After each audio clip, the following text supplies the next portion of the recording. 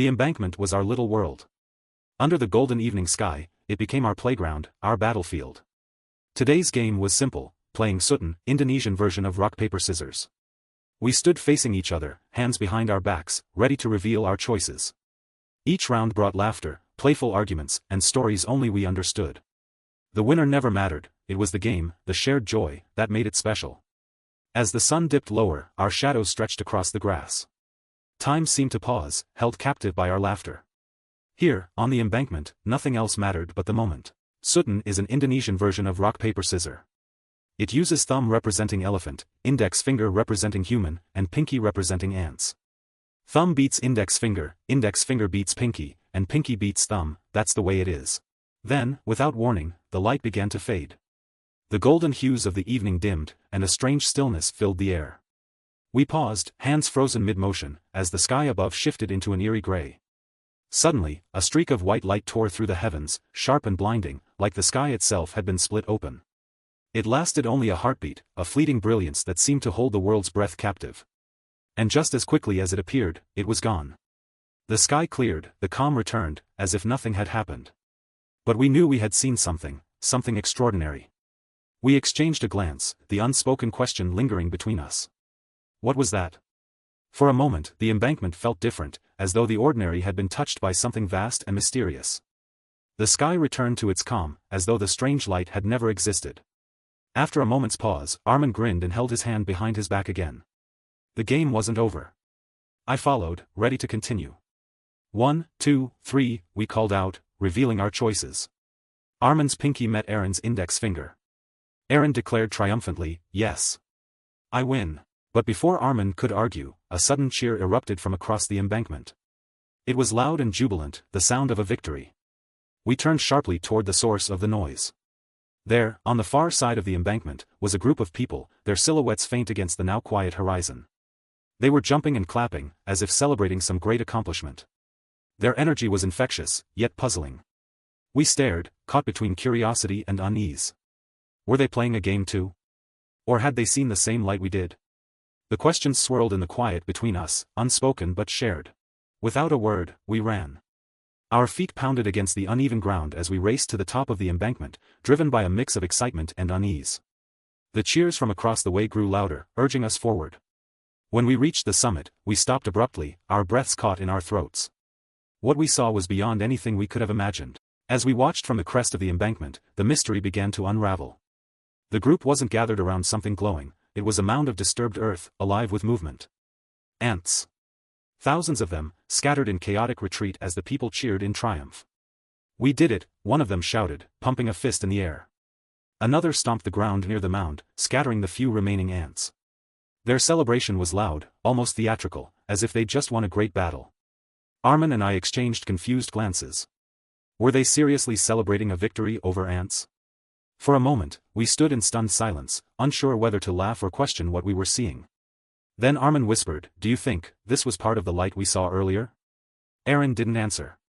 Somehow, the sight of their exaggerated celebration felt too surreal, as if there was more to it than we could see. "Let's go down," Armin said, his voice barely above a whisper.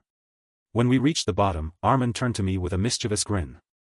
"What if we play again?" he asked, holding his hand behind his back. My heart skipped a beat. He was thinking the same thing I was. If this strange series of events had somehow been tied to our game of Suit, could continuing it trigger something new? Aaron hesitated for a moment, then nodded. We stood facing each other, hands ready. The familiar chant began, 1, 2, 3, this time, there was no laughter, only anticipation. Our hands shot forward, Armin's a fist for thumb for elephant, Aaron's index finger for human. For a moment, nothing happened. But then, the ground beneath us seemed to hum, ever so faintly. We froze, our eyes wide with realization.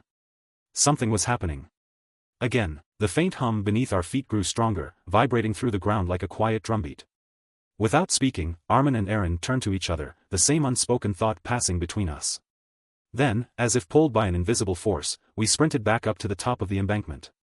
Our breaths came in quick gasps as we reached the crest again, and what we saw stopped us in our tracks. The scene before us had transformed. Another sight emerged, even more surreal. On one side of the field stood a massive herd of elephants, their silhouettes dark and imposing against the dusky sky. Their trunks swayed, their tusks gleaming faintly in the dim light. They stood still, as if waiting for a signal to charge. Opposite them, a group of humans had formed a line. They were armed, not with modern weapons. Their faces were tense but determined, and their bodies moved with the precision of a unit ready for battle. Armin and I watched in stunned silence, the scene before us so impossible it felt like a dream. The elephants stomped their feet, the ground beneath us trembling slightly with each motion. The humans raised their weapons, their shouts echoing across the embankment. Aaron grabbed Armin's arm. "What's happening?" I asked, my voice barely audible. He shook his head, his eyes wide with disbelief. Neither of us had an answer. All we knew was that this was no ordinary standoff. Somehow, the game we had played, the choices we had made, seemed to have brought this strange and impossible battle to life. And now, we were standing on the edge of a clash between giants, humans, and forces we could barely comprehend. The tension in the air was suffocating, and fear crept into our bones.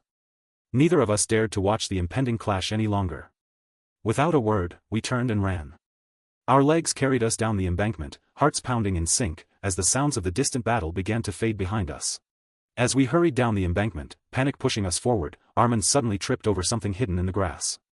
His feet caught on a stone, and in an instant, he was tumbling, rolling uncontrollably down the slope. As Armin slowly regained his senses, he blinked, trying to make sense of the sudden change in surroundings. The world around him was no longer the grassy embankment or the chaotic scene with elephants and warriors. Instead, he was lying in his room, beneath his bed, the familiar sights of his toys and books surrounding him. It was just a dream, he whispered, laughing softly. He had escaped the most terrifying situation of his life, and now, safe in his own room, he felt invincible. Armin so happy. Armin sat up fully, his laughter bubbling out uncontrollably.